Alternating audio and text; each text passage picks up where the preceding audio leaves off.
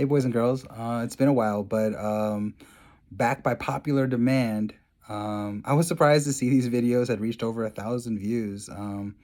Last time I checked, there was like 10, 20, 30, and so I just thought no one was watching them. But the past couple months, I've gotten some really nice emails from viewers from around the country.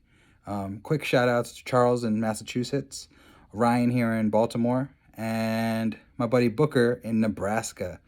So shout out to you guys. Keep watching, keep reading, keep connecting with the literature, and I'm gonna do my best to finish reading Miles Morales to you guys.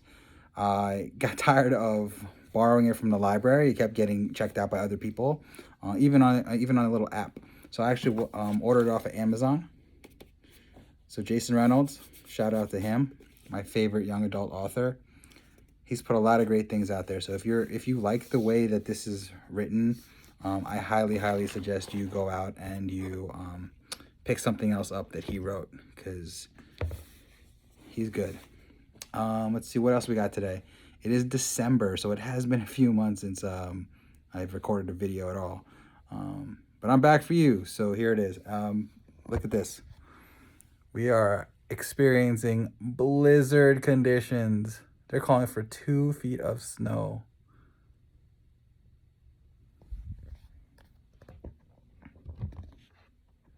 So that's happening outside. I'm dressed like this because I have just got back in from doing a little bit of shoveling, but as you can see, it's already covered up. So I have to make my way back out there soon. But I figured let's go ahead and read a chapter and get back to it. Chapter 5. Yo! Genki came slamming into the dorm room, holding some envelopes in one hand and waving around an orange piece of paper in the other. Miles was lying on his side, scribbling his best version of a Seijo. He glanced up at Genki. Genki slowed. What's wrong with you? Miles put his pen down. I talked to Alicia. Like, talk to her. Okay, and? And I almost threw up on her. Wait, you mean like you actually almost puked on her? Like, puked? Like, pesto penne puke? Yeah, man. Miles cut him off. Yankee strained his neck muscles, to stifle his smile. But he couldn't hold it. He threw the envelopes on his desk and slapped his hand over his mouth to muzzle the laughter. It's not funny, Miles grumped. Oh, I know it's not. I mean, it is. But it's also not. Because it's disgusting. Like, there's not enough hot water on earth to make you ever feel clean again. I mean, I would have to figure out if there's some kind of surgery to replace my skin. If someone ever splashed me with a vomit comet. He mimed them a gag. Seriously, think about... Oh, yo, you want to hear the story or not? Yeah, I'm sorry. Miles ran through the story. Chamberlain's lesson, the Spidey sense malfunction, the small talk with Alicia, and of course, the almost upchuck, which led to the mad dash down the hall to the boys' bathroom. But by the time I made it to the stall, the feeling was gone. My Spidey sense had finally worn off, or whatever. What? Nothing. I don't know. Miles scratched his chin. Chamberlain gave me this look. What kind of look? Like a look. I can't explain it. Miles took a second to think about the moment in class. The way he was feeling. Chamberlain's searing eyes. I mean, you know how every time my Spidey sense starts bugging out and I run to see what's going on and I never find anything? Yankee nodded and Miles continued. Well, what if it's coming from inside the class? You mean... what if it's him setting it off? Yankee looked at Miles sideways, then closed his eyes and shook his head in disbelief. Look, Chamberlain's definitely out of his mind. Like, out there. The mess he says in class proves that for sure. Plus, you know he probably eats stuff like cottage cheese. And anybody who eats that crap gotta be evil. Not just people around them, but also to their own taste buds and butts. Because I hear cottage cheese makes you Yankee. Miles put his hands up, waving the rest of that sentence off. Nobody wanted to think about Mr. Chamberlain that way. I'm just saying, I love you, but bro, you're reaching. And I get it. You need an excuse to get over the fact that you just blew it with Alicia. Miles pushed a gust of air from his nostrils, slapped his hands to his face, massaged his brow. I guess. Maybe you're right. Except, maybe not. Yankee floated the orange paper over to Miles' bed. At least not about the Alicia thing. Yankee nodded mischievously as Miles grabbed the paper and held it to his face. The BVA senior class, in conjunction with the history department, presents the School Ghoul Fest. Miles slapped the paper down. Yankee, we never go to this. I know. Just figured it was worth a shot since you keep acting like your superhero days are over. Since you've decided people don't need saving no more. And I feel you. Why should you be responsible for looking out for so many strangers just because you have a superhuman strength? Yankee dramatically turned away. I know what you're trying to do. Come on, Yankee pleaded, now turning back to Miles. The city needs you, especially on Halloween. And even though this might not be the opportunity, it could be the one to fix it with Alicia. He pointed to the paper. This is who you are, what you do. Yankee put his arms out, palms up, and pretended to shoot some webs. You're Spider-Man, whether you like it or not. Yankee, don't. Miles' tone shifted. He reached over and grabbed the invitation, skimmed the details. Judge Ascolo, who grew up in Flatbush, was DJing. If he was controlling the music, it was guaranteed the party was going to be live. Miles studied the invitation again, as if it were some kind of code to cool. Or girls, or cool girls, like Alicia. Or just a good time, as Miles Morales, not Spider-Man. After a few moments, he lay flat on his back, the party invitation slipping from the mattress and sailing down to the floor. He'd always heard great things about the Halloween party, and Yankee was right. They'd missed it their freshman and sophomore years. Afterward, were forced to stomach the week-long social media exhibition of selfies and group shots. Not to mention everyone talking about the yearly Halloween prank. Miles always acted like it didn't bother him, that he was unfazed by the fun on everyone's face. But the truth was, it got to him. A little.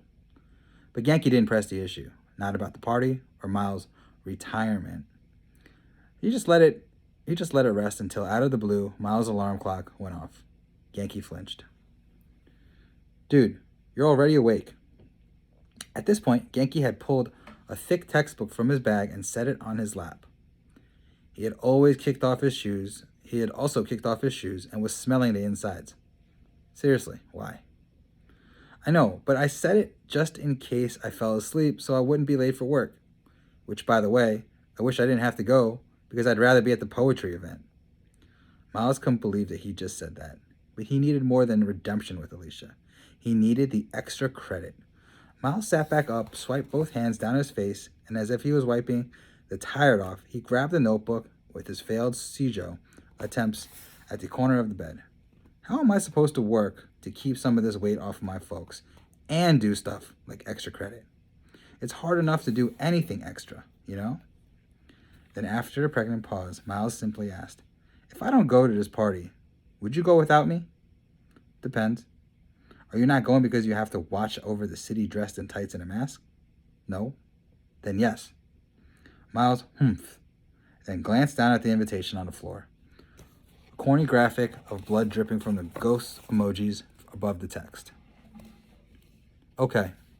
He randomly lobbed the word in the air as if it were obvious what it was connected to. Okay, what? Yankee was clearly confused. Okay, I'm in, Miles sighed. In? Come on, Yankee, you know what I'm talking about. The Halloween party? His mouth twisted into an uncertain frown. You sure you don't think you should, Yankees did the awful web shooting impression again. I just need to not be all that, Miles awkwardly said. Look, we going or not? And just like that, it was settled. While Genki was now bubbling with excitement, blabbered about his ideas for costumes, Miles got dressed for work.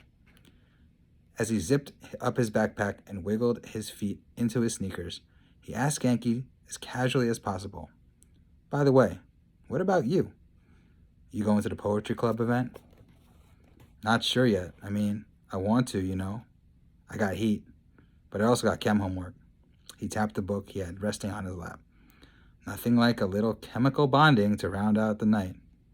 "I wish," Miles replied, smirking. "Well, if for some reason you end up there, you can just apologize to Alicia for me." Miles tossed his notebook in his bag and slung it over his shoulder. He headed toward the door, but stopped at Genki's desk, flipped through the mail. There was a letter with his name on it. Miles slipped it in his back pocket. Yeah, I got you." Genki thumbed up. "If I go, I'll tell her." "Thanks, man." And as Miles pushed the door closed behind him, Genki yelled, "That you love her!" Campus convenience. The story that's sure to bore. Miles' job was part of the work-study program. It was basically a way for him to get a free room and board so his parents could keep a roof over their own heads. Rent in their neighborhood was going up yearly, and there was always the fear that their landlord, a man named Caesar, that no one ever saw, would sell it, which would leave Miles and his parents scrambling for housing. Miles had seen it all before. A man named Mr. Oscar used to live at the end of the block. Been there Miles' whole life until a for sale sign went up beside his stoop. Until people started standing around outside looking up at the windows, scribbling in notepads, typing on their cell phones. Until Mr. Oscar wasn't there anymore. Whenever Miles thought about this, he pictured his mother and father crammed in his dorm room with him and Genki. His mother trying to microwave platanos on Sundays. Miles sleeping head to toe in Genki's bed, while some new family moved into his home. A family like Brad Canby's or Ryan Radcliffe's. A family they'd have the good china every night. It was a ridiculous image, but it was enough motivation to keep Miles going to work. But the thing about campus convenience is that it isn't conveniently set. But the thing about campus convenience is that it conveniently didn't sell anything any actual teenagers wanted. No phone chargers, no nail polish, just notebooks, tear off or spiral, pens, felt tip or ballpoint, pencils, number 2 or mechanical, and of course, sausage in a can. And Miles' job was to ring up the teachers and students who would pop in to buy something, which meant Miles' job was to do nothing, because no one wanted sausage in a can. Miles stood hunched over the counter, his life raft in the sea of one-ply toilet paper and 3-hole punchers. There was nothing to do, no one to talk to, and what made it worse was the music. Saxophones crooning a perfect soundtrack to a workplace wasteland. So Miles did what he always did at work, homework. He finished his chemistry and breezed through his calculus before leaving the dorm. And no history assignment as usual. Mr. Chamberlain made it so that the entire grade was based on tests. No extra credit, no special assignments, just listen and regurgitate. So it was just Miles and the Cijo, the prompt, a piece of cake, and a knife in the gut at the same time. Right about family. It had been giving him trouble since he had started it, hours before. But before he could, again, try to tap into his inner Edgar Allan Poe, he remembered the envelope in his back pocket. He pulled it out and glanced at the return address. He hadn't bothered to look at it on his way out. Austin Davis, 7000 Old Factory Road, Brooklyn, New York, 11209. 2. Miles Morales, Brooklyn Visions Academy, Patterson Hall, room 352, Brooklyn, New York, 11229. Miles slipped his thumb along the closure and slowly tore the envelope open. slipped the letter out, unfolded it, revealing the line after line of penciled words, written in all capitals. Miles, if you're reading this, that means my grandma really does know how to use the internet. She told me she was going to search for you, and now you're probably wondering who I am and what this letter is about. My name is Austin. My father's name was Aaron Davis. If Grandma is right, Aaron Davis was your uncle, which makes me your cousin. Miles' eyes scanned, which makes me your cousin, over and over again. Mainly because he didn't know his uncle had any children, and also because he didn't have any other cousins, which makes me your cousin. Uncle Aaron had a son, which makes me your cousin. Miles kept reading, other words jumping off the page, like 15 and locked up and if you write back, locked up, cousin, Austin. And when Miles reached the end of the letter, he started over and read the whole thing again. His saliva turned sour, a syrup oozing slowly down his throat. He didn't know what to think, if he should even believe what he was reading. He couldn't. This couldn't be true. How could Uncle Aaron have a kid and Miles not know about it? Did his father know? He had to. But maybe not, because he and Aaron never spoke. But still, he had to. Besides, Miles talked to Aaron all the time. Well, he used to. Before. Wouldn't Aaron have said something? Wouldn't there have been something to give it away? A picture? Something? A loud thump snapped Miles out of his haze. A group of obnoxious students walking by the store had banged on the window. Miles instinctively folded the letter as if he had been caught doing something wrong. But once he set his eyes on the fools in the BVA crowd, he relaxed. Didn't really seem like the poetry type. But he assumed they were headed to the quad for the event anyway. Everybody loved Alicia and her crew. He figured at least one of them would pop into the store, maybe for candy, water, sausage in a can, a stupid joke, a random rich kid taunt, which typically sounded like a gold-plated fart noise. Anything to shake up the boredom. But nope. They kept walking, leaving Miles and his thoughts with the contents of the letter, with the idea of Austin and Aaron all dancing offbeat through his mind to the sound of smooth jazz. He unfolded the letter again.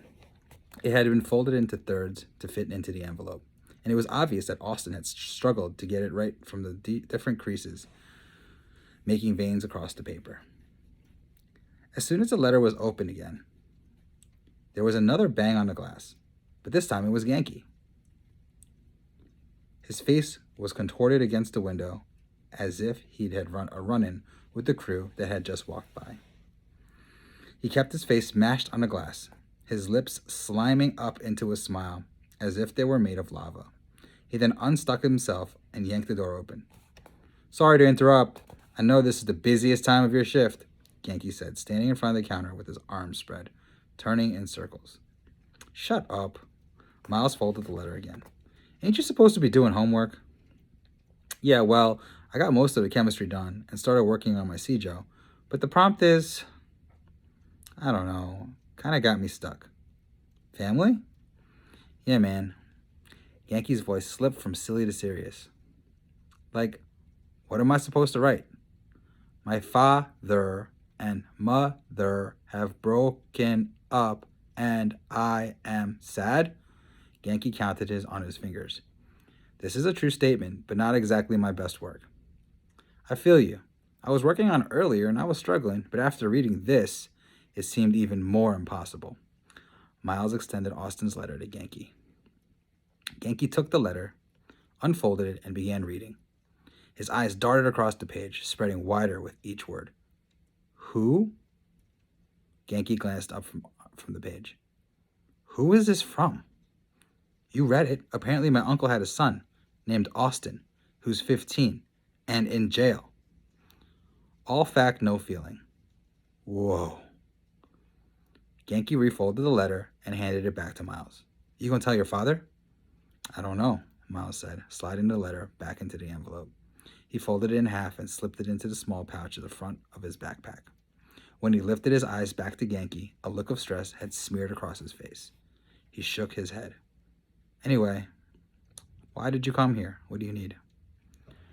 Do I need something? Really, Miles? Genki teased, each word soaked in sarcasm. I actually came to tell you that I was going to do the open mic. I'm hoping for the extra credit will offset me not getting my Cijo done. In case the family thing, stumps me. A flash of pain struck Genki's face, but it left as quickly as it came. And I wanted to make sure you knew I was also going to put a word in for you. Get it? Put a word for you? A word with Alicia. At the poetry open mic? Word? I get it. Got it. Please leave. I'll take that as a thank you. And you're welcome. Genki threw the words at Miles like a no-look pass as he left the store, leaving Miles alone. Miles leaned onto the counter, using his elbows to prop himself up, still trying to wrap his mind around the whole Austin thing. He wondered if he should tell his father, or if he should write back, or maybe just ignore it. Besides, how could he prove it was true, that this was his actual cousin? He could go see him. That was an option. But not really. That wasn't an option. He needed one of his parents to take him to the jail, and telling his father, though another option, wasn't a really good one either. His father wanted nothing to do with Aaron and insisted Miles have nothing to do with Aaron. So there was a good chance Miles' dad would want that embargo to remain intact. But Miles couldn't help but think about it. About what Austin looked like, about how he ended up behind bars, about what Austin knew about what Austin knew of his father's death. Guilt crashed into him, shaking every bone in his body as the saxophone solo blared through the speakers. But there was nothing to do, nowhere to put the guilt except, and he couldn't believe he was even thinking this, his homework. The poetry assignment. For once, the store being empty and boring seemed like a good thing. Miles yanked his notebook from the backpack, flipped it open, stared at what he had already written in the dorm, then ripped it out, crumpled it up into a ball, and did a stiff hook shot to the garbage can. Missed. Basketball just wasn't his sport. He started again. Actually, he stared at the paper and thought about starting again, waiting for the words in his head to somehow pop onto the page. He hadn't even pulled out a pen yet. Austin, Aaron, Dad, family. That was Miss Blaufus's new prompt. Write 2 Cijos about your family, something you love and something you don't. Miles kept eyeing the page, saxophone crooning, making it hard for him to think about his family, whose soundtrack wouldn't be anything as soft as this. Finally, he reached in a bag for a pen. What I love, scratched it out. What I hate, smooth jazz, scratched it out. I hate my father's face when he tells me my block is my burden. I like my job to carry a family I didn't create. To somehow erase the blood he left in the street like cursive. Crossed it out. Like my life is fixing something I didn't even break. What I love. The way my mother says, Mijo, Sunday dinner is ready, and kisses my father gently while I set the table. If only we were more like her. Crossed it out. If only everyone was as gentle and loving. Crossed it out. The way she looks at us like we're perfect, though we're not. Miles scribbled and scratched out, over and over again, trying to figure out the right words, the right count. And what he landed on, what he finally came up with, he hated. Ugh. A poet would have a better grasp on language, a better understanding of how to put words together to at least communicate a coherent idea. Exhibit A. Austin, if we are in fact family, I wish I would have known about you a long time ago. Being an only child means you fight every battle alone. Plus, I've always wanted bunk beds. Or Exhibit B. Alicia, I like you. I like the way you think, the way you look, the way your hair curls on the back of your neck. And I'd like to invite you to split an order of chicken fingers in the dining hall as a precursor to my mother's chicharrón de pollo on Sunday in the near future. But instead, all Miles had was a C-grade poetry and a near puke situation. More kids walked by, and Miles imagined what else he would say to Alicia if he could just get the courage. It frustrated him that he could wrestle with monsters 10 times his size, but not get his mouth to cooperate whenever he was in her presence. So at the risk of embarrassing himself, only in his mind, he scribbled another sigil. This one, not a part of any assignment. Untitled. I'm not even sure that people write love letters anymore. And if this is one, I'm sorry for using it to tell you that I've always known from the beginning it's sandalwood. Another group, baseball caps, school hoodies, traipsed by. And another. It seemed like the whole school was going to the open mic. Genki was probably already there, and he'd probably already talked to Alicia for Miles, which should have been comforting. But Miles knew that his likelihood of Genki just walking up to Alicia and saying, "Hey, Alicia, Miles wanted me to tell you that he's sorry about what happened today," was basically a negative number Mr. Borman had yet to reach. That, along with the fact that Miles had written what he thought were two terrible poems, though the one about Alicia was decent, and would surely need the extra credit, was all he needed to push him over the top. He had to get to the open mic. He had to make sure he was accounted for, and he had to get this poem to Alicia. He could just about slip it to her without having to make a big fuss about everything. She could read it when she got back to her room, and tomorrow they could at least have a human conversation. Maybe. Probably. Hopefully. But how? How was he going to get out of work? It's not like he could call someone to cover for him. Well, he could, but then he'd have to lie about being sick and all that, and he wasn't up for the theatrics. The only other way he could think of was to just step out for a few minutes, run to the quad, make sure Miss Blaufus knew he was there, say what he needed to say to Alicia, and then head back to the store before anyone came in. He'd already been there over an hour without a single customer. Odds were, no one would ever know. But first, he had to figure out how to deal with the camera. There was only one security camera, and it was above his head. Miles didn't know if Dean Kushner had anyone check the footage, but he knew that there was a good chance no one ever did.